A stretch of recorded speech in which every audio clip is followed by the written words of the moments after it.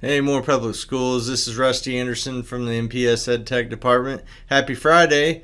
I've got 2 tips for you today. The first one is never loan Brandon Wilmarth your webcam because he won't bring it back. He's a thief. And the second one is some resources on flipping your classroom. Now, I know flipping your classroom is not, this new thing that you've never heard of, but I was reading a couple months ago on Mr. Money Mustache, the educational website of them all, and he was talking about how his 15-year-old wanted to drop out of high school after the COVID quarantine was over, and he just basically said, "Dad, I'm not going back to school." And so that led to a huge discussion and kind of, some retrospect. He was looking at what his son had done in school and how smart his son was and thinking, he's kind of got a point. What do I do from here? And so they came up with a plan that his son would find resources to homeschool himself. Now, you got to keep in mind, we're not dealing with this type of kid in every scenario. We've all had this kid. We've had this kid who can, you can teach them to read and they're 6 years old and you stick them in the library and 10 years later they come out educated, probably more educated than all of us. But that's what he was dealing with his son, and we've had those students. We know what they look like and what their kind of motivation is, and it's not classical school.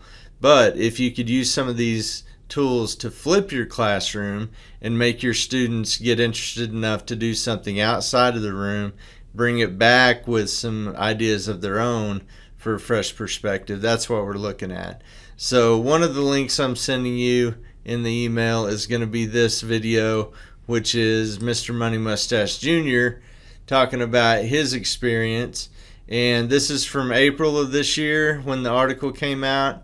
And it's a 48.5-minute video. I don't expect you to watch that. I don't expect you to watch all 3 minutes of this video. But what I do expect you to do is go to the other link that I'm going to give you, this one up here, and we're going to have lots of resources with YouTube channels that you could use to flip your classroom. So some of the highlights, some of the examples are Number File interviewed a guy who was just really forthright, was saying he hated math until the day he walked into a new classroom, and the guy said, "Okay, boys and girls, if you're lazy, if you hate doing work, if you want to do the shortcut and get to the chase, math is for you. You just didn't know it." And so he taught them the art of the shortcut, math. And this guy goes into detail about how his class was different from any other math class he had had. So that might be something your kids are interested in, or you might be interested in viewing.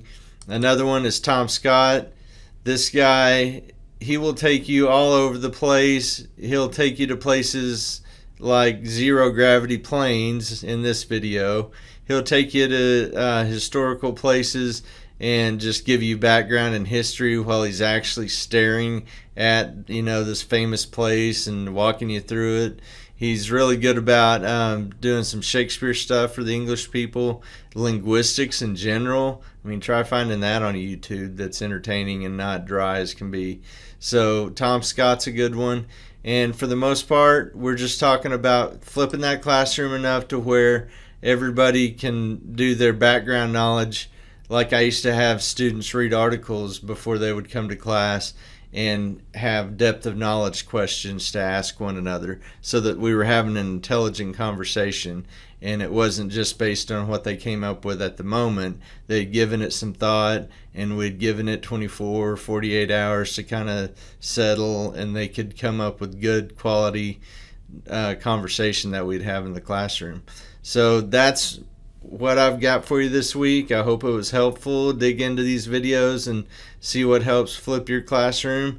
If you need anything from us, it's edtech@moreschools.com, and we would be happy to come out to your classroom and help you pull some of this stuff off.